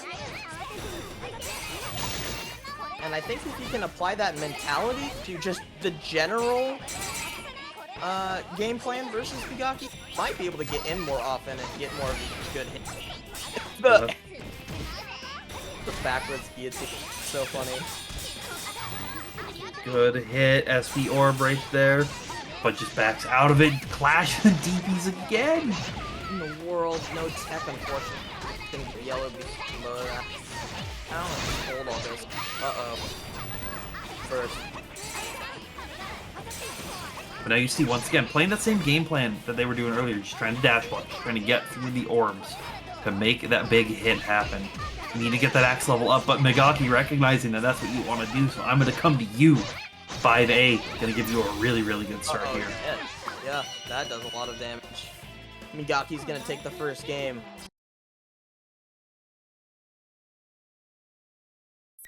It's definitely, this is a different fight than when they fought in pools. This is you know, Gyokujin, like Super Saiyan 2, getting ready, getting into it, being able to play a lot more patiently, just allowing Migaki to get their game plan going, trying to create these opportunities. But Migaki, I think, has recognized that that's what they want to do and are going to really shift over into trying to be a little bit more aggressive, potentially going for more mix-ups, trying to just guarantee that Gyokujin doesn't get to play the game. Because if they can get that into a Game 2 situation, I think the momentum swing might just push Migaki into taking it.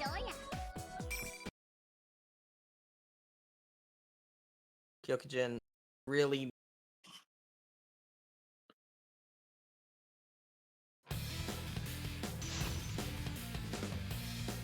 Yeah, Gyokujin just, like, you know, I think they're taking the time, taking it to breathe, trying to, you know, make sure they can get it. But Migaki is going to be, I think, the one that really needs to adjust their game plan to, like, win quicker, to not give Gyokujin a chance to even breathe. Because you let it go to that, like, mid-game length, it could potentially be dangerous if Gyokujin is able to find that pattern right now.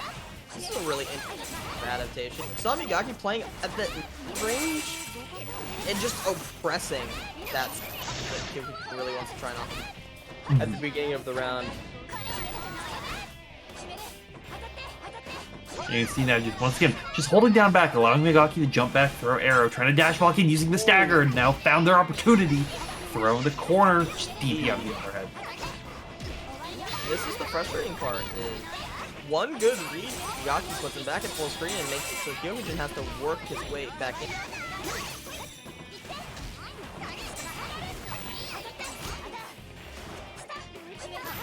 Here we go. Oh, nice use of the chain knuckle right there to be able to hit the persona.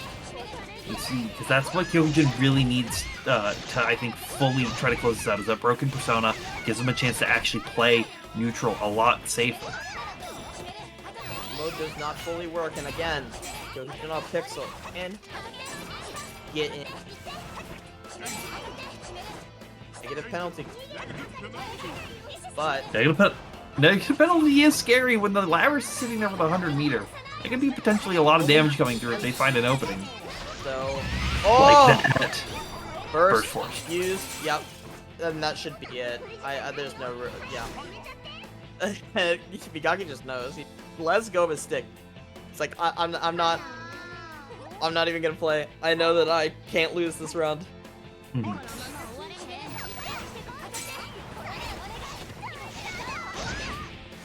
Alright, an early hit from Megaki yet again. Gonna be dealing insane damage. Meterless? What in the world was that? That's Yukari. Oh no, and the burst is baited. I think you're actually just dead. Yeah, 100 meter on deck. Oh, Not able to get a pickup at the arrow at the very end, but it doesn't matter. Wow. Ouch. Ouch.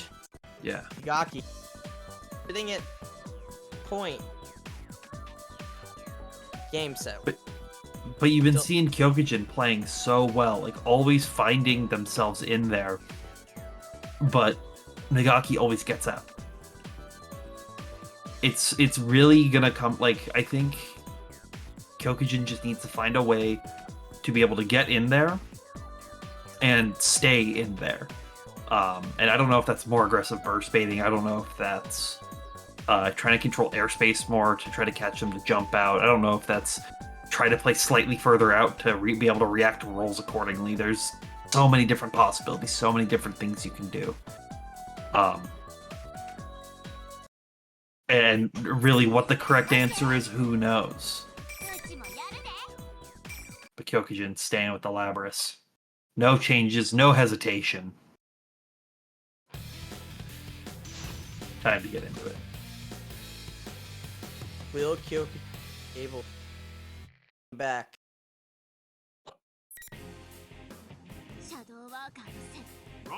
Be a bit of an uphill one. But he definitely has the potential. It's not like these have been complete washes. But you see aggressive pressure from Megaki early on and finds a great counter hit. This is going to be too much damage. What?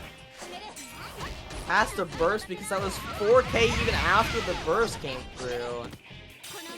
Yeah, it sure was. Uh-oh, he it's fine. He's still gonna kill with it. And now we are on tournament point. Tournament point. Megaki has burst, Kyokujin doesn't, and Kyokujin's sitting on blue axe. This is going to be an uphill battle for Kyokujin. We'll see if they can make it. Oh, cut a DP. Yeah. Spacing was perfect. Oh my god, she gets the pick up off the trade. Well, of course she does. Wow, that's insane. Blocks. Ouch. But unfortunately, that's exactly where Megaki wants. Pretty much anywhere on the screen is where Megaki wants to be, if we're being completely honest. Very real. Oh, another hit in the burst is baited. No, You're dead. I think that's it. Oh, the drop is so massive, though. There's actually a chance. You're welcome, Kyokujin. Commentator's curse kept you alive one more time. You got one more chance. Oh, here we go. Take it to your advantage. Bull super. Yeah. The extra axe level, and then we're gonna go for the cross up. Cross up.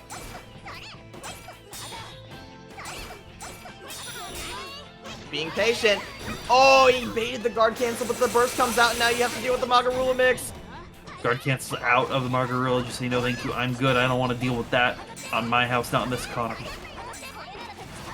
Red axe is still on the table, but it's slowly going down. There's the yellow. Negative we penalty go. comes out, so anything that hits is gonna Who's hurt. being punished? Staying alive, Kyokujin. Round final.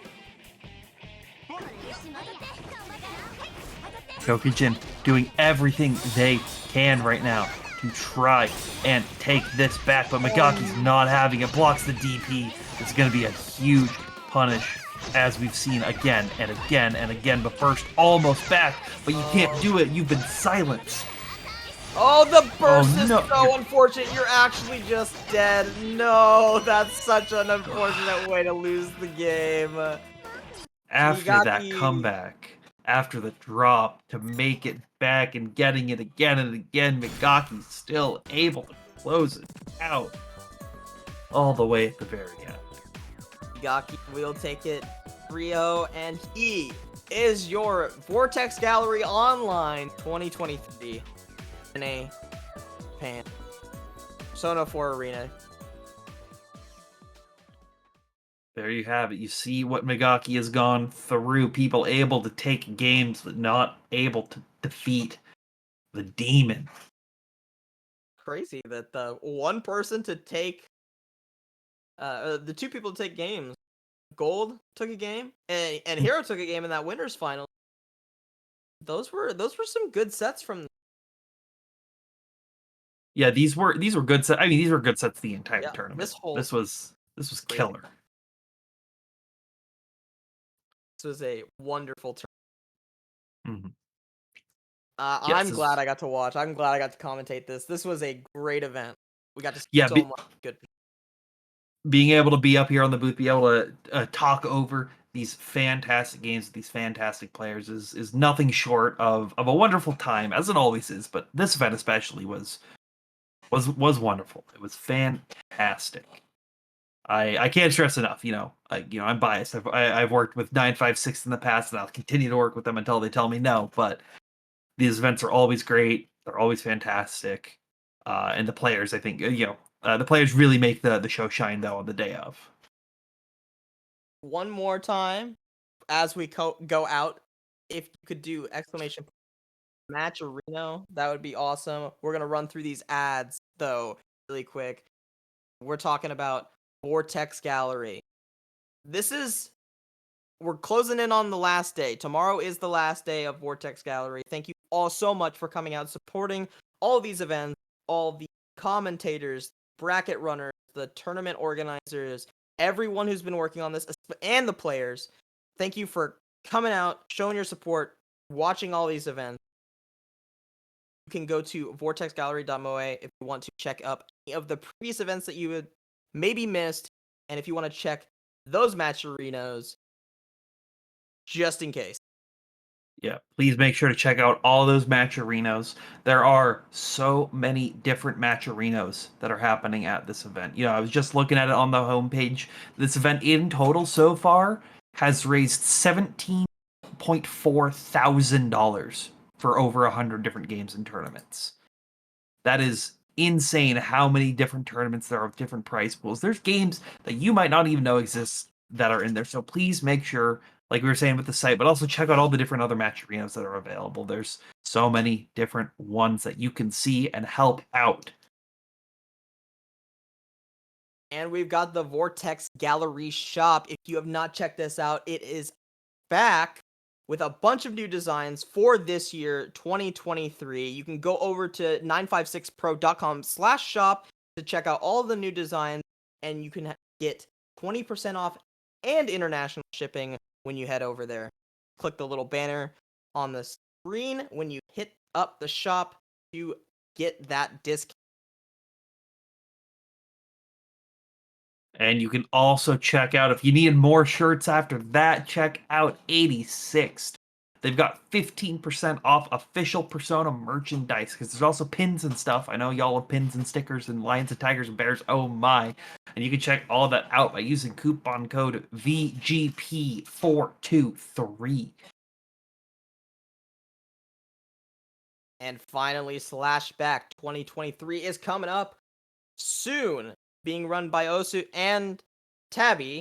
We've got a bunch of different games coming up for you, all the different Guilty Gears. We got Grand Blue, we've got DNF Duel, we've got Gundam if you want to hang out and play some Gundam, because that apparently is a North Cal classic. I'm not from there, I don't know anything about that. I just know that Brett plays that.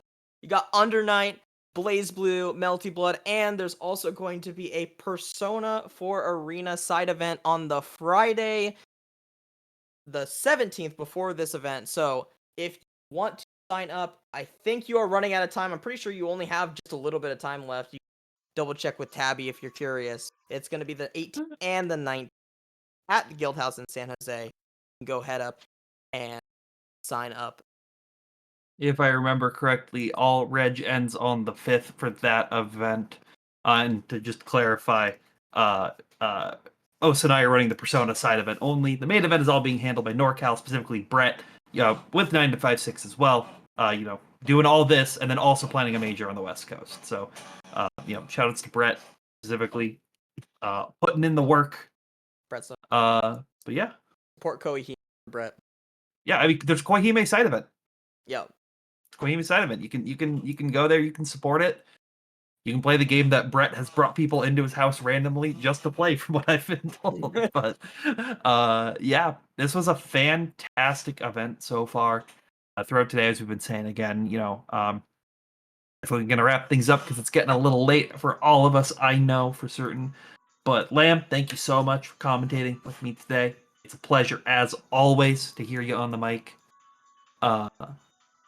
And yeah, just the last little quick minute shills over below our names. You can see our Twitters. Follow us over there. We talk about things on the internet. But thank you all for coming through to Vortex Gallery Online 2023 this year.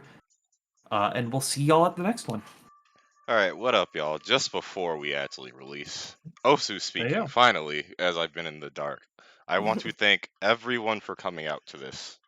Especially all of the Japanese players for coming out to this, because of the fact that this cannot happen without you.